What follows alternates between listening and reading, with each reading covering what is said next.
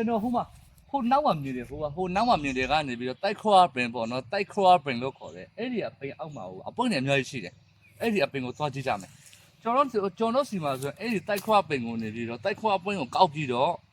ကျွန်တော်တို့ကနေလှမ်းတယ်နေလှမ်းပြီးတုတ်ဆောက်လို့ရတယ်အဲ့ဒီပဲဟုတ်မဟုတ်ကြည့်မလားအပြည့်နေပြီးတော့အခုရဒီကဒီမှာဒီလိုကောင်ဆိုကျွန်တော်တို့ကဒေါင်းကျုံးဟိလို့ခေါ်တာပေါ့နော်ဒီလိုအပင်ကိုသူဒေါင်းကျိုးပင်လို့ခေါ်တယ်ဒီပင်ဆိုရင်ကျွန်တော်ဒေသမှာဆိုရင်အခုမိုးစကြတဲ့အချိန်ကဆိုရင်ဟိုဟာတော်တော်ကြီးကိုနေပြီးတော့ပေါက်တာပေါ့နော်ဒီကောင်လေးကိုဆိုရင်ကျွန်တော်တို့ကနေပြီးတော့ဟိုငပိလေးနဲ့နေပြီးတော့ရှင်သီးလေးနဲ့ပေါ့နော်လှော်စားလို့ရတယ်အဲဒီကောင်မှာခုမဲ့သူတရားမှမရှိဘူးဒီဟိုမှာရှိမှဆိုရင်အဲ့ဒီတိုက်ခေါ်အပင်အောက်မှာဆိုရင်ပြပါအပွင့်နေအများကြီးပဲအဲ့ဟုတ်ပြီပြပါအများကြီးပဲဒီမှာတိုက်ခေါ်အပွင့်နေတိုက်ခေါ်အပွင့်နေပေါ့နော်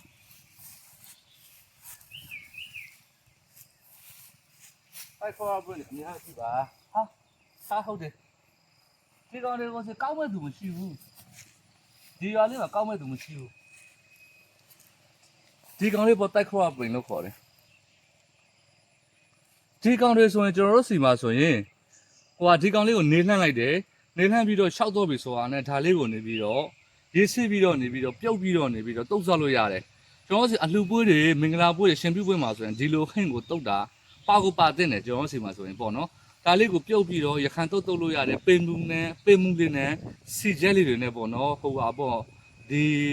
မြန်မာတုတ်လို့ရတယ်ဒီကတော်တော်ကြီးကောင်းတယ်ဒီအပင်ရောက်မှာဆိုရင်အများကြီးပါဟာ